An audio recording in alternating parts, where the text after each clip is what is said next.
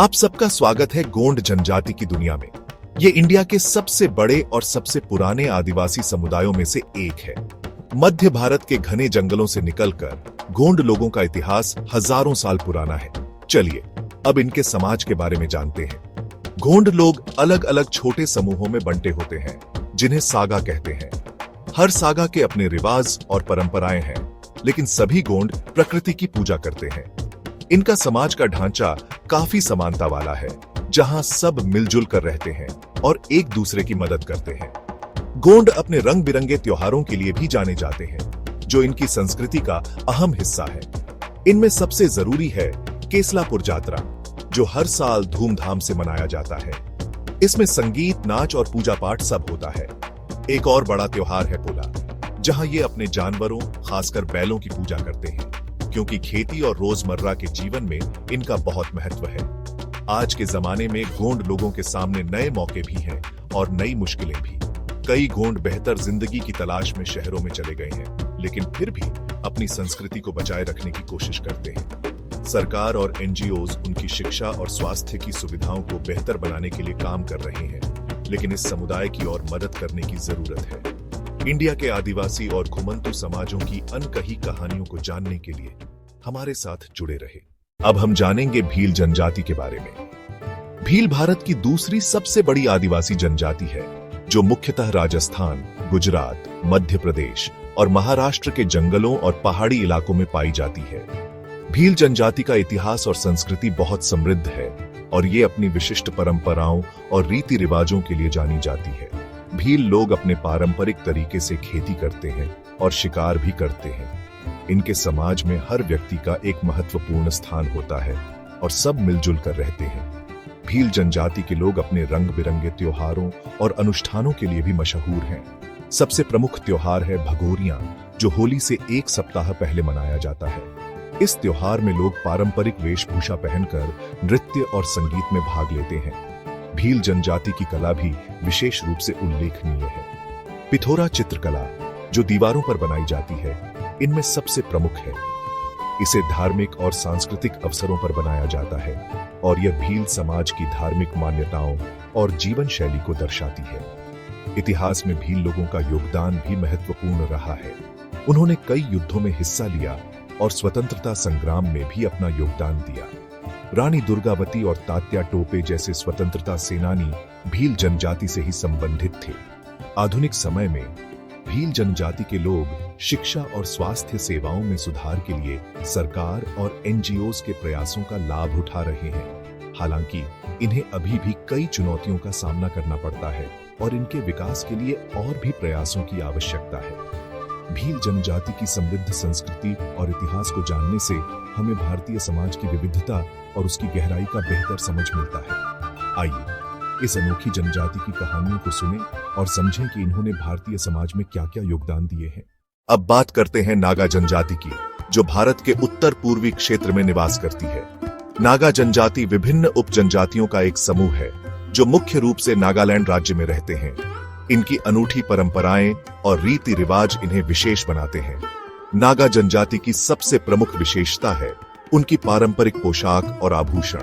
पुरुष और महिलाएं दोनों ही रंग बिरंगे कपड़े पहनते हैं और विभिन्न प्रकार के आभूषणों से सजते हैं। इनकी पारंपरिक टोपी और हथियार भी विशेष रूप से उल्लेखनीय हैं, जो उनकी संस्कृति और इतिहास को दर्शाते हैं। नागा जनजाति की संस्कृति में नृत्य और संगीत का महत्वपूर्ण स्थान है। हॉर्नबिल फेस्टिवल नागालैंड का सबसे प्रमुख त्योहार है, जिसमें नागा जनजाति के लोग अपने पारंपरिक नृत्य और संगीत का प्रदर्शन करते हैं। इस त्योहार को फेस्टिवल ऑन फेस्टिवल्स भी कहा जाता है और यह नागालैंड की सांस्कृतिक धरोहर को दर्शाता है। नागा जनजाति का समाज सामूहिकता पर आधारित है। हर गांव का अपना एक मुखिया होता है, जिसे गांव परिषद के माध्यम से चुना जाता है। समाज में हर व्यक्ति का एक महत्वपूर्ण स्थान होता है और सभी मिलजुल कर रहते हैं। इतिहास में भी नागा जनजाति का महत्वपूर्ण योगदान रहा है। उन्होंने ब्रिटिश शासन के खिलाफ संघर्ष किया और स्वतंत्रता संग्राम में भी अपनी भूमिका निभाई। नागा जनजाति के लोग अपनी स्वतंत्रता और पहचान की रक्षा के लिए हमेशा तत्पर रहे हैं। आधुनिक समय में नागा जनजाति के लोग शिक्षा और स्वास्थ्य सेवाओं में सुधार के लिए सरकार और एनजीओज के प्रयासों का लाभ उठा रहे हैं। हालांकि इन्हें अभी भी कई चुनौतियों का सामना करना पड़ता है और इनके विकास के लिए और भी प्रयासों की आवश्यकता है। नागा जनजाति की समृद्ध संस्कृति और इतिहास को जानने से हमें भारतीय समाज की विविधता और उसकी गहराई का बेहतर समझ मिलता है। आइए इस अनोखी जनजाति की कहानियों को सुनें और समझें कि इन्होंने भारतीय समाज में क्या-क्या योगदान दिए हैं। आज हम बात करेंगे अहोम जनजाति की, जिनकी कहानी भारत के उत्तर पूर्वी राज्य असम से जुड़ी है। अहोम जनजाति का इतिहास बहुत ही रोचक और प्रेरणादायक है। अहोम जनजाति मूल रूप से म्यांमार से आई थी। 13वीं शताब्दी में अहोम लोगों ने असम के ब्रह्मपुत्र घाटी में प्रवेश किया और धीरे धीरे यहां अपनी सत्ता स्थापित की। इनकी यात्रा और संघर्ष की कहानी अद्वितीय है। अहोम जनजाति ने असम में एक मजबूत राज्य की स्थापना की, जिसे अहोम साम्राज्य कहा जाता है। उन्होंने स्थानीय जनजातियों के साथ मिलकर एक नई संस्कृति और समाज का निर्माण किया। अहोम लोगों ने कृषि के नए तरीके अपनाए और असम के समाज में महत्वपूर्ण बदलाव लाए। अहोम साम्राज्य का शासन लंबे समय तक चला और उन्होंने कई आक्रमणों का सफलतापूर्वक मुकाबला किया। अहोम जनजाति की सबसे बड़ी उपलब्धि थी उनकी पाइक प्रणाली, जिसके तहत हर गांव से मजदूर आते थे और कृषि कार्यों में सहयोग करते थे। यह प्रणाली असम की अर्थव्यवस्था को मजबूत बनाती थी और समाज को एकजुट करती थी। अहोम लोगों की संस्कृति और परंपराएं भी बहुत ही समृद्ध थीं। उनकी भाषा, साहित्य और कला ने असम को एक नई पहचान दी। अहोम साम्राज्य ने असम को एक शक्तिशाली और समृद्ध राज्य में बदल दिया, जो आज भी उनकी विरासत के रूप में देखा जा सकता है। अहोम जनजाति की कहानी हमें यह सिखाती है कि संघर्ष और मेहनत से कुछ भी हासिल किया जा सकता है। उनकी यात्रा और संघर्ष की कहानी भारतीय इतिहास का एक महत्वपूर्ण हिस्सा है।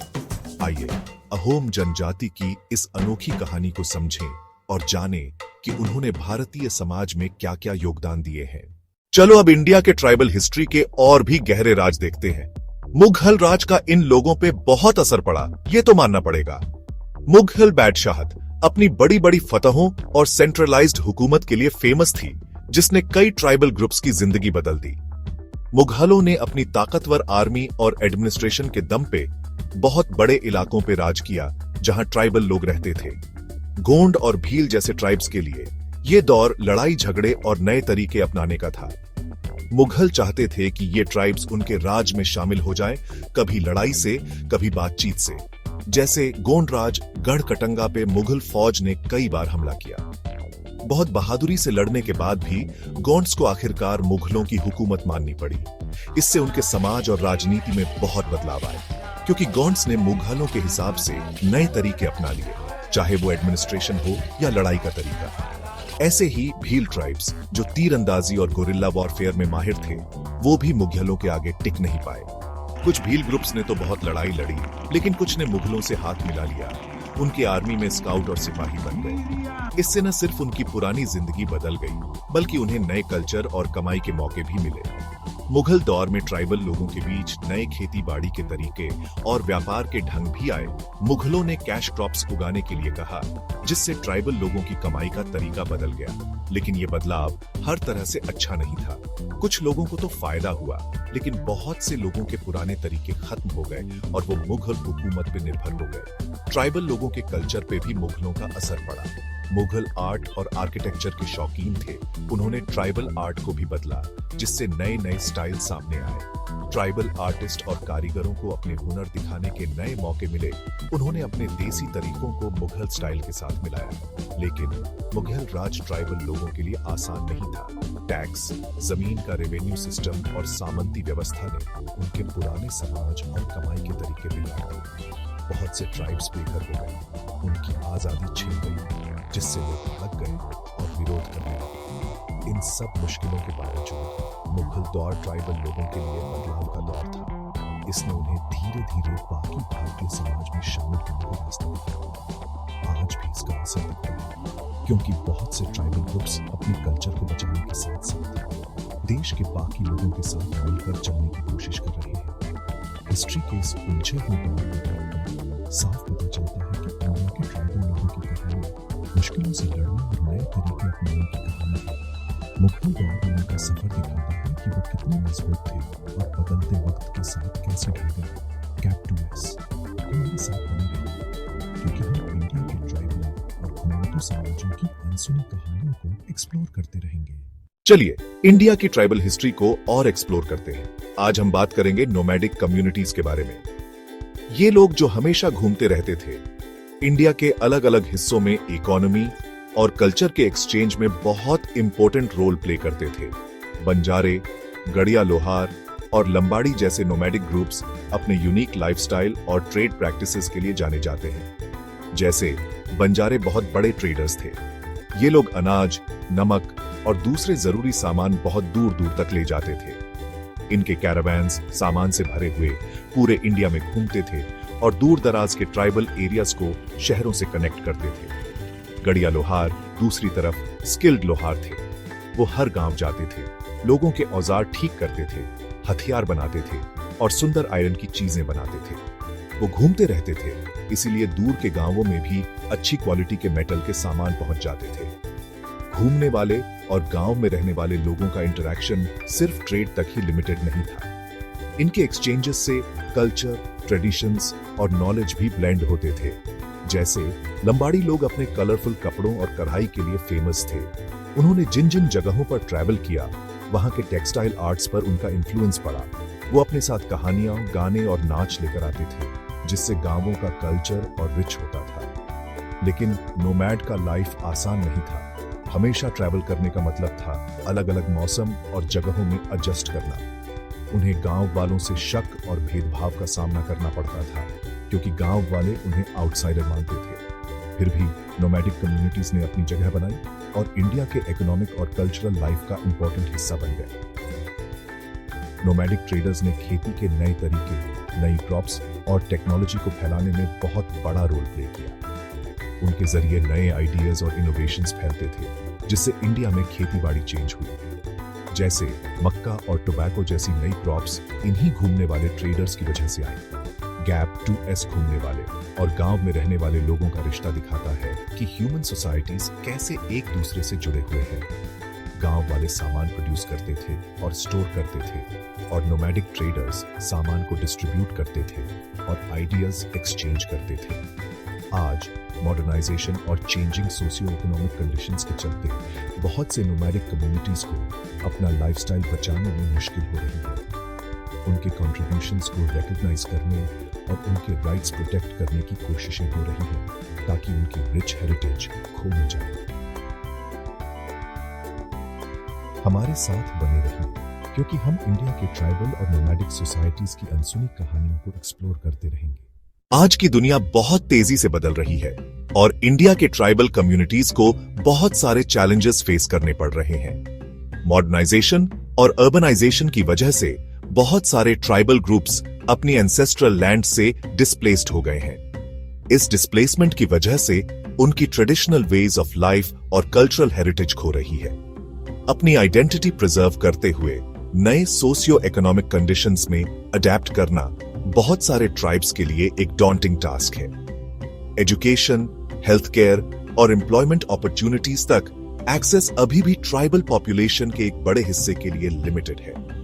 ये इश्यूज पॉवर्टी और मार्जिनलाइजेशन के एक साइकिल को बढ़ावा देते हैं, जिसे तोड़ना बहुत मुश्किल है। लेकिन इंडियन गवर्नमेंट ने इन चैलेंजेस को रिकॉग्नाइज किया है और ट्राइबल कम्युनिटीज के डेवलपमेंट और प्रिजर्वेशन के लिए कई इनिशिएटिव्स लिए हैं। मिनिस्ट्री ऑफ ट्राइबल अफेयर्स, जो 1999 में एस्टैब्लिश हुई थी, ट्राइबल पॉपुलेशंस के वेलफेयर और डेवलपमेंट के लिए डेडिकेटेड है। लिविंग कंडीशंस इंप्रूव करने, एजुकेशन प्रमोट करने और हेल्थ केयर सर्विसेज प्रोवाइड करने के लिए कई स्कीम्स और प्रोग्राम्स लॉन्च किए गए हैं। ऐसा ही एक इनिशिएटिव है वनबंधु कल्याण योजना, जिसका एम है ट्राइबल कम्युनिटीज का कॉम्प्रिहेंसिव डेवलपमेंट और वेलफेयर इंश्योर करना। यह स्कीम ट्राइबल एरियाज में इंफ्रास्ट्रक्चर, एजुकेशन और हेल्थ केयर फैसिलिटीज इंप्रूव करने पर फोकस करती है। इसके अलावा forest rights act of 2006 forest dwelling tribes के अपनी ट्रेडिशनल लैंड्स पर राइट्स रिकॉग्नाइज करने में एक क्रिटिकल रोल प्ले करता है। यह लेजिस्लेशन ट्राइबल कम्युनिटीज को एम्पावर करता है by giving them legal ownership of the land जिस पर वो जनरेशन से रह रहे हैं। एजुकेशन एक और की एरिया ऑफ फोकस है। गवर्नमेंट ने रेजिडेंशियल स्कूल सेटअप किए हैं जिन्हें एकलव्य मॉडल रेजिडेंशियल स्कूल्स कहते हैं, ताकि ट्राइबल चिल्ड्रन को क्वालिटी एजुकेशन प्रोवाइड की जा सके। इन स्कूल्स का एम है एजुकेशनल गैप को ब्रिज करना और हायर एजुकेशन और एम्प्लॉयमेंट के अपॉर्चुनिटीज प्रोवाइड करना। इसके अलावा tribal cooperative marketing development federation of India TRIFED जैसे इनिशिएटिव्स ट्राइबल प्रोडक्ट्स को प्रमोट और मार्केट करने में हेल्प करते हैं, जिससे ट्राइबल आर्टिजन्स और प्रोड्यूसर्स के लिए फेयर प्राइसेस और सस्टेनेबल लाइवलीहुड्स इंश्योर होती है। इन एफर्ट्स के बावजूद अभी भी बहुत कुछ करना बाकी है। इन इनिशिएटिव्स की सक्सेस के लिए डिसीजन मेकिंग प्रोसेस में ट्राइबल कम्युनिटीज की एक्टिव पार्टिसिपेशन बहुत क्रूशियल है। ट्राइबल लीडर्स को एम्पावर करना और उन्हें गवर्नेंस में इन्वॉल्व करना मोर इफेक्टिव और कल्चरली सेंसिटिव पॉलिसीज बना सकता है। जैसे जैसे हम आगे बढ़ते हैं, हमें इंडिया के ट्राइबल कम्युनिटीज की रिच हेरिटेज और इनवैल्यूएबल कंट्रीब्यूशंस को याद रखना एसेंशियल है। उनकी कल्चर और ट्रेडिशंस को प्रिजर्व करते हुए उनके डेवलपमेंट और मेन स्ट्रीम सोसाइटी में इंटीग्रेशन को इंश्योर करना एक डेलिकेट बैलेंस है, जिसके लिए कंटिन्यूअस एफर्ट और कमिटमेंट चाहिए। हमारे साथ बने रहिए जैसे हम इंडिया के ट्राइबल और नोमैडिक सोसाइटीज की अनटोल्ड स्टोरीज एक्सप्लोर करते रहेंगे। नमस्ते दोस्तों, टाइम ट्रैवल पे चलते हैं। आज हम इंडिया के ट्राइबल और घुमंतू लोगों की दुनिया देखेंगे, हिस्ट्री के पन्ने पलटेंगे और देखेंगे कि ये कम्युनिटीज कैसे बनी।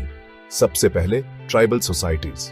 कास्ट वाली सोसाइटी से अलग सब कॉन्टिनेंट में बहुत सारे लोग ट्राइब्स में रहते थे।